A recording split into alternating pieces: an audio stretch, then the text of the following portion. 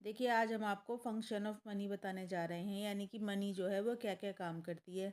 तो प्रोफेसर चैडलर कहते हैं कि मुद्रा का केवल एक मौलिक कार्य होता है कि माल और सेवाओं के लेन-देन को तरल बनाना, यानी किस तरह से हम इजीली काम कर सकते हैं, ट्रांज़ैक्शन हमारा किस तरह से होता है। तो देखिए, प्राथमिक या मुख्य कार्य प्राइमरी फंक्शन कौन-कौन से हैं? सबसे पहला है मीडियम ऑफ एक्सचेंज। मुद्रा में सामान्य स्वीकृति का गुण है। यानी कि हर कोई इसको स्वीकार कर सकता है, कोई इसको लेने का मना नहीं कर सकता। अगर आप किसी को 10 रुपये दे रहे हैं, 100 रुपये दे रहे हैं किसी वस्तु के लिए, तो उसको लेने से मना नहीं कर सकता, क्योंकि इसको स्वीकृति प्राप्त है। और अधिकतर जो भुगतान है वो मुद्रा के द्वारा होता है। जैसे कि देखिए, उत्पादक है, उत्पादक से सामान थोक विक्रेता पर आता है, थोक विक्रेता से फुटकर व्यापारी पर आता है, और फुटकर से फिर ग्राहक पर आता है। तो मुद्रा एक ऐसी कड़ी होती है जो प्रत्येक वर्ग को उसका रिटर्न दिलाने में सहायक होती है। मेजर ऑफ वैल्यू है। मुद्रा का दूसरा कार्य है समाज में उत्पन्न या प्रस्तुत सब सेवाओं का मूल्य मापन करना। जिस प्रकार भौतिक वस्तुओं के नाप तोल लंबाई चौड़ाई ग्राम लीटर या मीटर में मापे जाते हैं, इसी तरह से वस्तुओं और सेवाओं का मूल्य जो है वो मुद्रा में मापा जाता है कि ये वस्तु जो है 10 रुपये की है, यानी इसका मूल्य 10 रुपये का है। ये जो हमने काम किया है इसकी वैल्यू 100 रुपये की है, तो इस तरह से ये इनका माप करती है।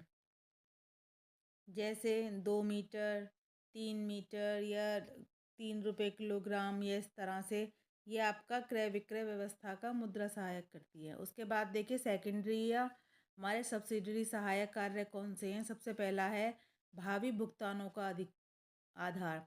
आज का सारा आर्थिक ढांचा साख पर आधारित है।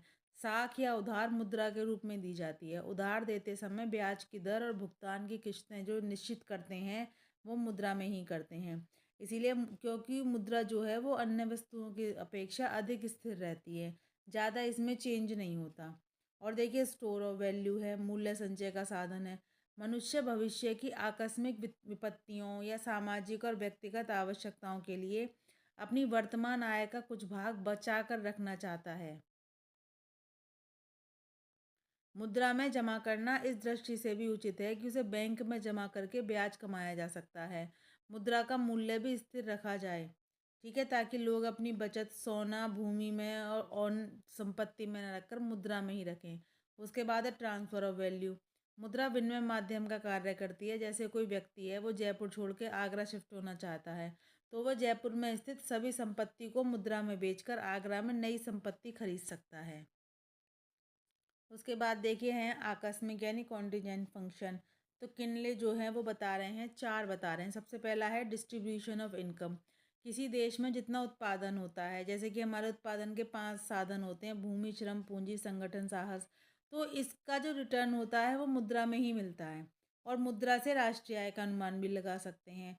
जबकि जो भी ट्रांजैक्शन है हम मुद्रा के रूप में ही करते हैं। पूंजी की उत्पादकता बढ़ाना, प्रमोट्स प्रोडक्टिविटी ऑफ कैपिटल, यानी कि कैपिटल की प्रोडक्टिविटी बढ़ाना मुद्रा पूंजी का सबसे बड़ा आधार है। मुद्रा के द्वारा ही पूंजी को ऐसे विनियोग में हस्तांतरित किया जा सकता है जहां उसकी उत्पादकता तुलनात्मक रूप से अधिक होती है। इससे पूंजी की गतिशीलता और उत्पादकता में वृद्धि होती है।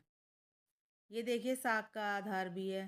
साख का सृजन बैंकों में जमा राशि के आधार पर किया जाता है, जो कि मुद्रा के रूप में होती है। जमा राशि के कारण ही ग्राहकों को बैंक में विश्वास बना रहता है। उसके बाद है संपत्ति की तरलता। जो लिक्विडिटी है प्रॉपर्टी की, मुद्रा जो है संपत्ति के तरल रूप प्रदान करती है। भूमि मकान मशीनें बेचने से इनके बदले में जो प्राप्त होता है वो मुद्रा होती है। और ये राशि जो है आसानी से भेजी भी जा सकती है, क्योंकि प्रत्येक व्यक्ति जो है अपनी संपत्ति के कुछ भाग को तरल में रखना चाहता है। और देखिए, इसके और कार्य क्या हैं। इच्छा की वाहक, बियरर ऑफ ऑप्शन। प्रत्येक जमा करने वाला व्यक्ति इस बात का ध्यान रख सकता है कि उसे संचित संपत्ति कब काम में लानी है। इसीलिए मुद्रा जो है समाज की वर्तमान और भविष्य की इच्छाओं की पूर्ति में सहयोग देती है। भुगतान स्थिति का सूचक। किसी फर्म या व्यक्ति के पास मुद्रा रूपी तरल संपत्ति उसकी भुगतान देने की क्षमता की गारंटी होता है। बैंकों के पास यदि ग्राहकों को देने के लिए पर्याप्त रकम नहीं होती तो वो दिवालिया हो जाते हैं, ठीक है। उसके बाद देखिए, मुद्रा के स्थैतिक और प्रावैगिक कार्य। स्थैतिक कार्य मतलब स्टैटिक फंक्शन। वे कार्य जो अर्थव्यवस्था का संचालन तो करते हैं परंतु उसमें गति या वेग उत्पन्न नहीं करते। जैसे कि विनिमय का माध्यम, मूल्य संचय, मूल्य के मापक, मूल्य के हस्तांतरण, स्थगित भुगतानों के मानक, ये सब जो हैं वो सहायक या स्थैतिक कार्य हैं, क्योंकि ये जो कार्य हैं प्रत्यक्ष रूप से अर्थव्यवस्था में गति उत्पन्न नहीं करते। उसके बाद हैं डायनेमिक फंक्शन।